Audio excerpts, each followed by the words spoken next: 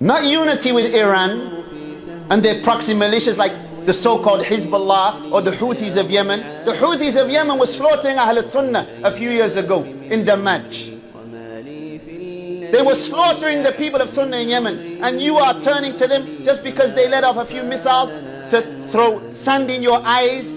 That's just show. Nasrullah of the so-called Hezbollah, that's all show to dupe you into their agenda. Because Khomeini and Iran, they want to spread Shiism in the Middle East, and they want to undermine every Sunni regime. Look at Yemen. After the so-called Arab Spring, Yemen, subhanAllah, a beautiful country.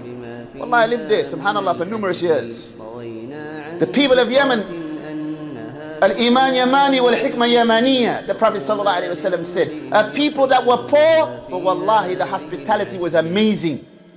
When the people, the Ikhwan and other than them, they went out and they started demonstrating in the streets against Ali Abdullah Saleh.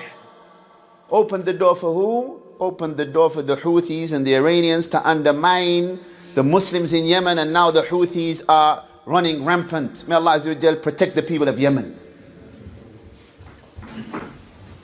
Iran, Khomeini desires to spread a Tashayyu' Shiism in the Middle East. And one of the strategies that they use is what? To undermine the Sunni governments and states. And they will use the poor Palestinians as sacrificial lambs to achieve that. They don't care about the Palestinians. It's just propaganda for them. But how many people can see past the propaganda and understand the reality? Even sadly, many of the Sunnis are fooled. Go back and read your history. That's the problem. Knowledge, ilm. We need knowledge.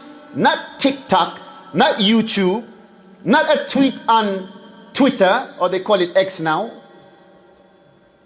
We need to know the Islamic history. We need ilm. Bidayah wa Nihaya. Ibn Kathir mentions the role of the Rafidah in aiding the Tartars to enter the Muslim lands. The Rafidah Shia, how they aided the Crusaders, and so on and so forth. We could give a lecture just on that.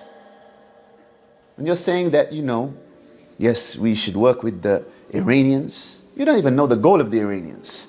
How do you think some of the people accepted Tashayyu'? It was because of their ignorance and emotions.